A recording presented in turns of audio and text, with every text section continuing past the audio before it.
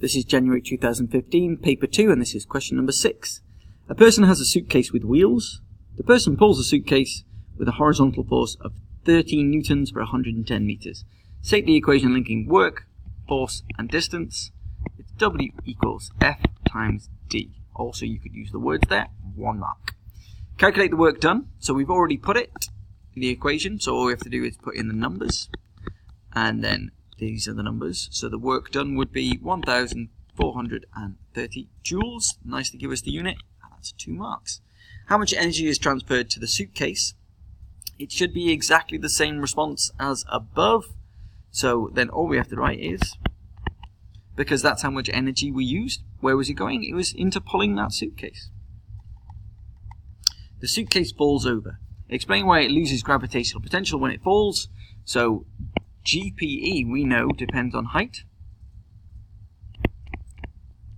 or distance above the ground, because it's mgh, mass of the object, gravitational field strength, and height.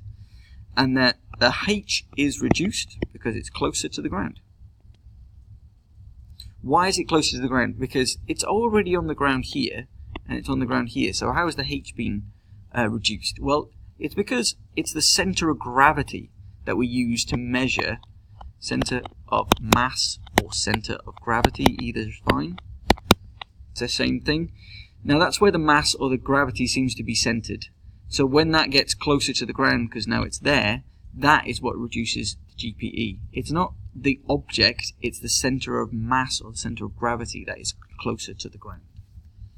The person starts to raise the suitcase again by pulling on the handle with a force F. The suitcase is 150 newtons in weight. What is the equation linking moment, force, and perpendicular distance? M equals F times D for 1 mark.